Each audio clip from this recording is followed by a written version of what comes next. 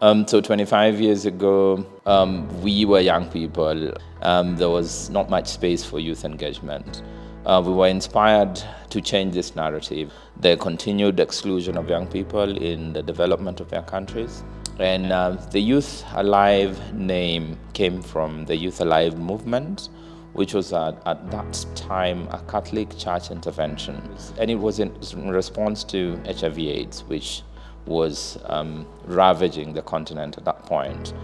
Our first office of Youth Alive Kenya was at Nyayo House in Nairobi. And that was an office that was given to us free of charge by the Department of Children's Services in partnership with the Department of Adult Education. And we stayed there for 5 years. And that was the foundational office that we did a lot of the initial building of the organization before we moved. So the biggest obstacle that we faced in the early days of Youth Alive Kenya was to be believed. We were young people, and there were not many young people's organizations at that time that were fully and purely led by young people. And the Youth Alive that is now is an authority in all the dreams that we had in the engagement across the continent, but also as a voice within the country and in championing young people's engagement. I think the part that I'm happy about is the fact that Youth Alive Kenya has taken upon itself to nurture smaller organizations that are part of its broader network of engagement. And I think that's a way that you achieve spread. It's a way that you achieve a critical mass for action. So our relationship with Youth Alive Kenya traces back in the year 2019, where we were having an acting group called Pwani Theatre. So Youth Alive Kenya was seeking for members for Mombasa Working Group. Pwani Theatre was among the groups that were privileged to be taken through the OCA. And after the OCA, we were taken through a training on organizational development and system strengthening, and formed the Amplifiers Youth Organization. We first connected with Youth Alive Kenya back in 2013 when we joined the Mombasa Working Group. And since then, we've been engaging in different programs, even implementing some projects together. From the sensitizations and the learnings we've had in Mombasa Working Group, supported by Youth Alive Kenya, we've moved from the aspect of engaging at county level, and we've seen the county now decentralizing this public participation forum to ward level. Yeah, with the support from Youth Alive, I've managed to push some policies, most of the disability mainstreaming department. For example, now the County Assembly of Mombasa, we did not have a ramp, but now we have a ramp. And through the support of Youth Alive Kenya, we've been reaching youths at community level, where sometimes we do dialogue. Before I started working with Youth Alive, many PWDs were not coming out during the public participation, but now at least we have that sensitization.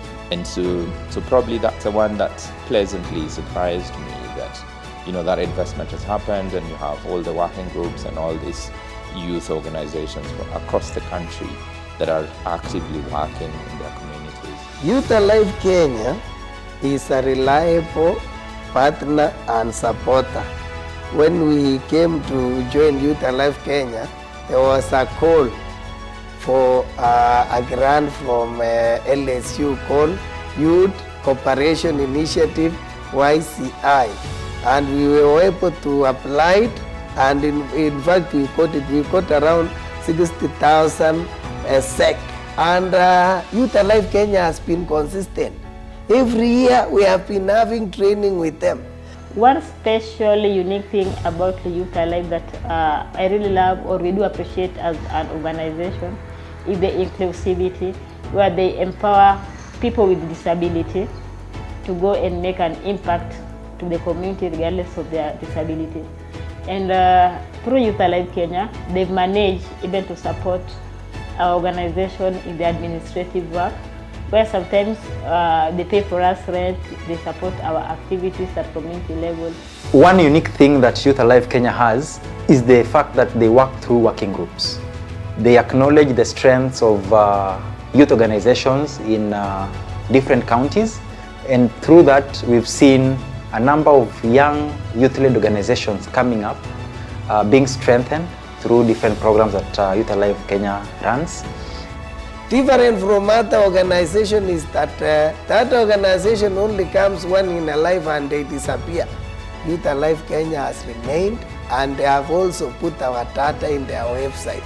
And this apart from being our partner, we can call them our friend, our mother organization. The dream of Youth Alive Kenya was that it would remain a platform for young people to engage.